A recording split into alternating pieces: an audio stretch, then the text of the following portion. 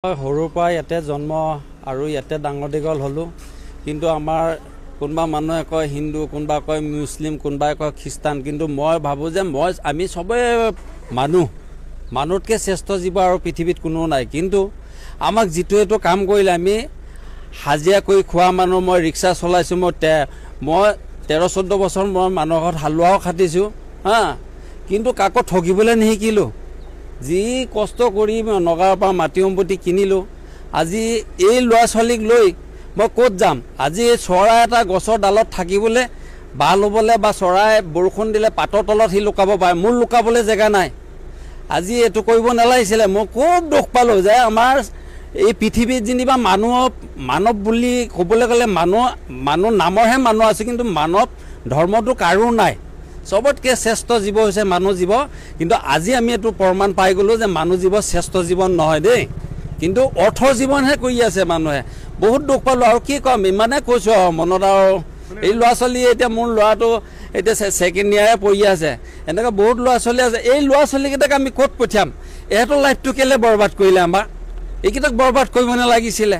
আজি আমাক এনেকুৱা কৰাতকৈ গোটেই মানুহখিনিক থাৰ্ডিং দি পেলাই যদি মাৰি পেলালেহেঁতেন বহুত সুখী থাকিলেহেঁতেন। কেলৈ মৰিবতো লাগিব এদিন, আমি এদিন নহয় এদিন মৰিব লাগিব, চবেই যামগৈ। কিন্তু মাটি জেগাত মাটি থাকি যাব, কিন্তু মানুহ গুচি যাম।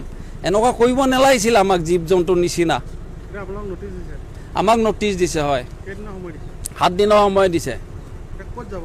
ক'ত যাম? যাবলৈ জেগা নাই। ইয়াতে জন্ম হৈছোঁ, ইয়াতে মৰি পচি আৰু ইয়াতে কি হ'বলৈ আছে হ'ব আৰু।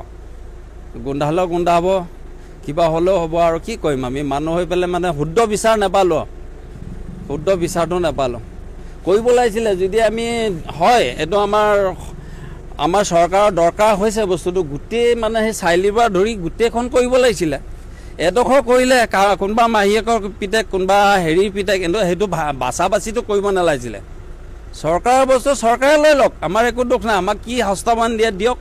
আমাৰ এই উঠি অহা ল'ৰা ছোৱালীখিনি যে পঢ়িব লাগে, এতিয়া এই ল'ৰা ছোৱালীৰ লাইফটো কেলৈ বৰবাদ কৰিলে? এইটোতো বৰবাদ কৰিব নালাগিছিলে। এই কিছুমান ল'ৰা ছোৱালীয়ে দুখ পাই পেলাইতো সিহঁতে নিজৰ ৰাস্তা নিজে বাছি লয়। এইটো দায় হ'ব চৰকাৰ কিন্তু দেই।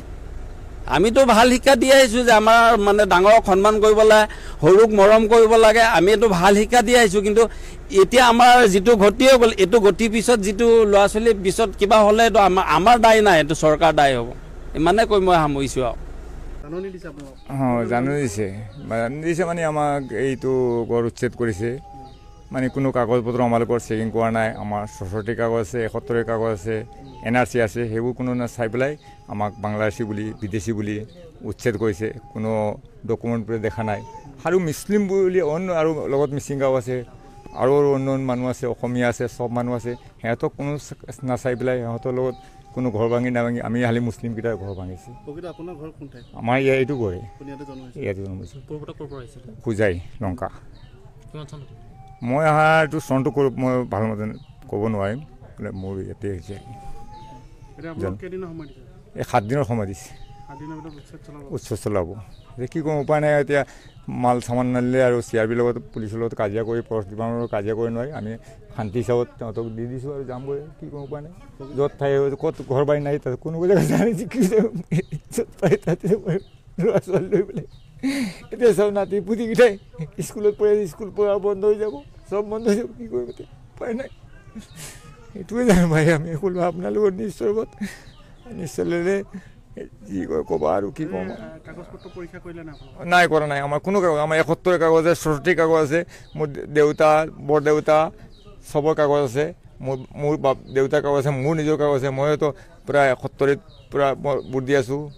আজি মোৰ 60 বছৰ হৈ গৈছে, মই ভোট দি আহি আছোঁ। আজিলৈ কোনো আৰু খাই সুবিধাও পাইছোঁ চৰকাৰৰ পৰা। ৰেচন কাৰ্ড পাইছোঁ, চাউল পাইছোঁ, ঘৰ পাইছোঁ, লেট্ৰিন পাইছোঁ, চব বিজলী বাতিও পাইছোঁ, চব পাইছোঁ। তাৰপিছতো আমি বিদেশী হৈ গ'লোঁ। আমাৰ নাগৰিক বনাই পেলাই আমাক উচ্ছেদ কৰিছে। কি কৰিম? কাগজটো চাই পেলাই কৰক। যদি আমি হয় পৰীক্ষাটো বাংলাদেশী হয়, আমাক খেদি দিয়ক, মই উঠি যামগৈ। বাংলাদেশী নাই পেলাই মিয়া মুছলিম বুলি কৰি আমাক বিদায় দিছে। কি কৰিম এতিয়া?